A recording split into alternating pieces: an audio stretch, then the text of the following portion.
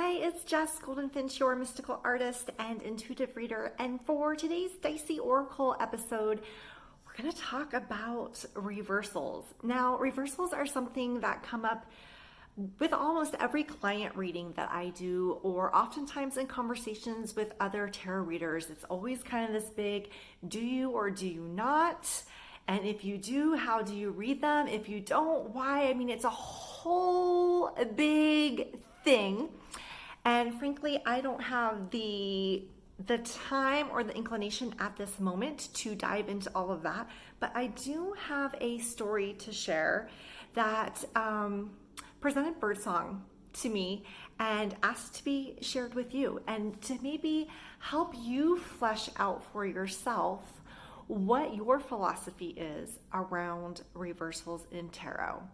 So let's go back a little bit in time. In the 60s, I think it was 1961, it was discovered that one of Matisse's famous pieces, The Boat, was hanging upside down incorrectly in a famous house of art for 47 days.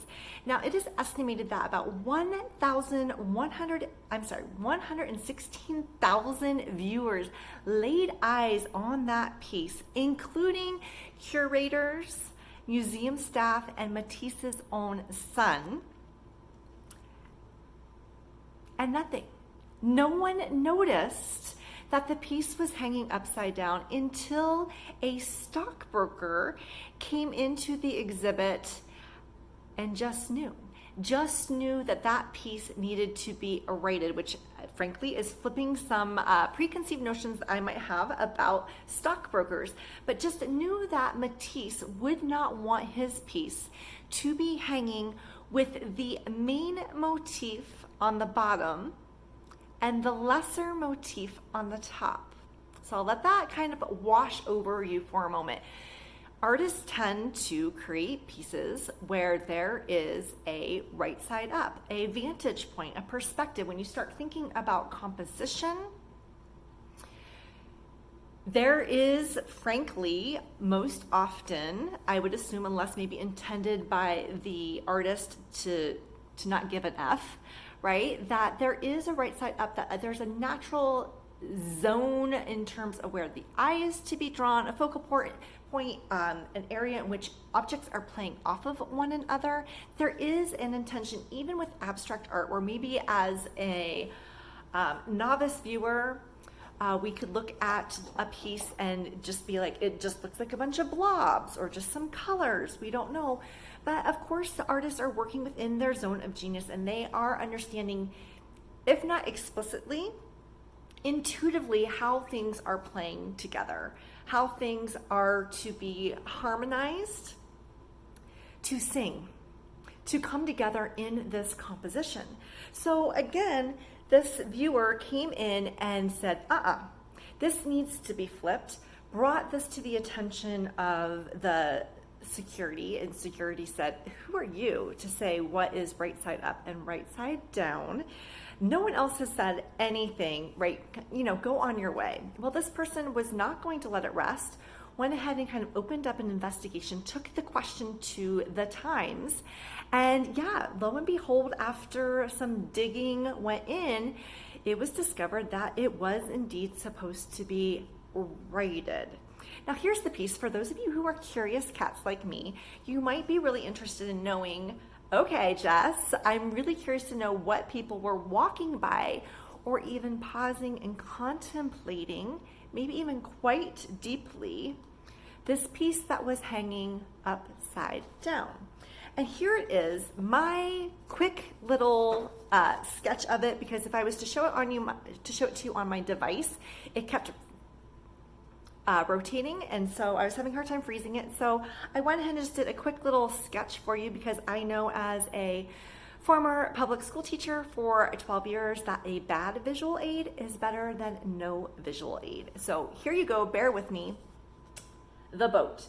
Now, if you are to Google, and I'll include notes down below so you can see the actual image, you probably could see how somebody could maybe walk by this and not understand or readily see that the piece was hanging upside down, because at first glance it looks quite simple, and in some ways it is when we're talking about Matisse using cutout papers and a wash of paint. But again, right side up, right side down. So what does that mean for us and our question about reversals? Well, again, I'm not answering for you what my personal philosophy is, and I'm not speaking of other people's philosophies that I really respect in the tarot community, because there's a bunch of them, right? Some people will say never reversals, always reversals.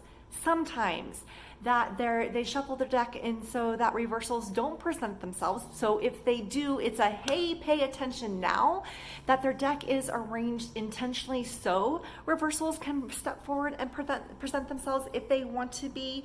Maybe if it's a jumper, some folks just check in with their intuition and will look at the spread or the card and just wait for that ping. Does it want to be read? If it shows up reversed, if it steps forward reversed, does it want to be read like that, or does it want to be righted? So again, to help you kind of think about maybe where you lay, we can be thinking about artists having an intention when creating a piece.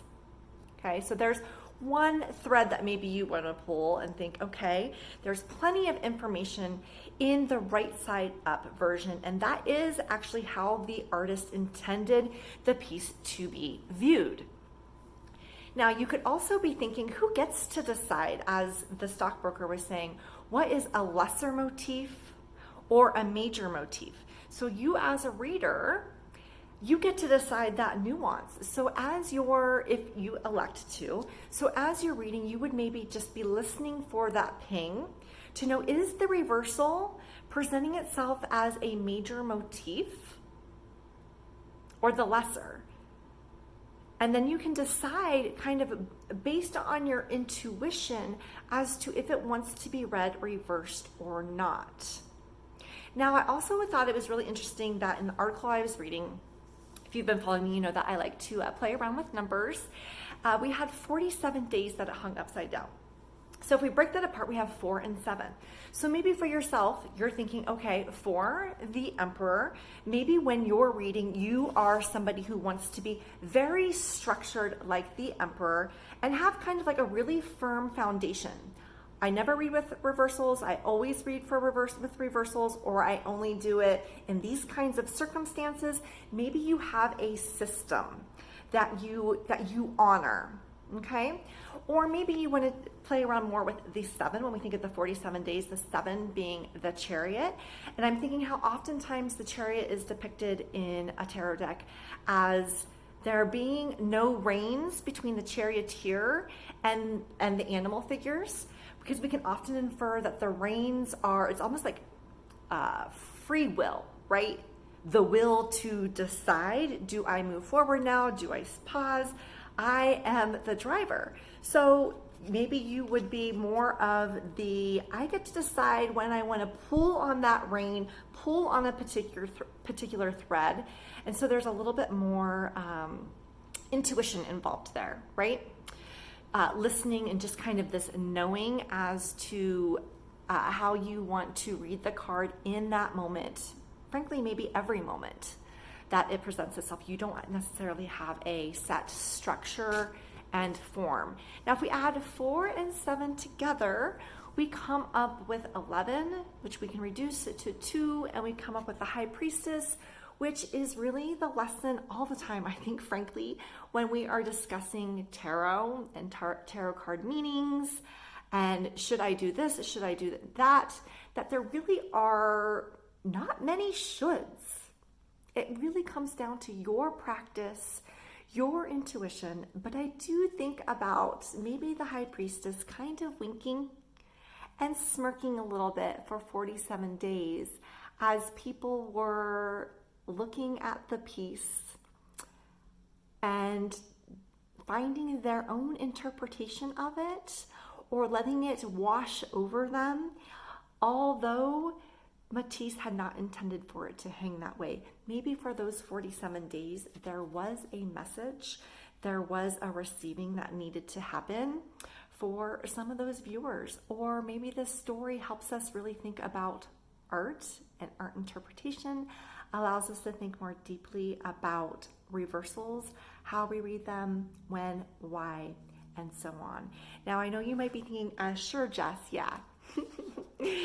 This piece, if it had been a really maybe more elaborate scene, it could have been a lot more obvious, perhaps, as to the right way up or the right way down. Yeah, the right way to be viewed. But I think this is really the perfect example because it really does come down to nuance and subtleties. If we think that tarot represents and reflects back to us the human experience, of course it's going to be messy and nuanced and complex, and there isn't going to be a straightforward answer. I would love to know how this resonated with you. I would love to know how you approach reversals. If you kind of dig these kind of dicey threads that we follow to have some conversation, just really anything that's coming through for you.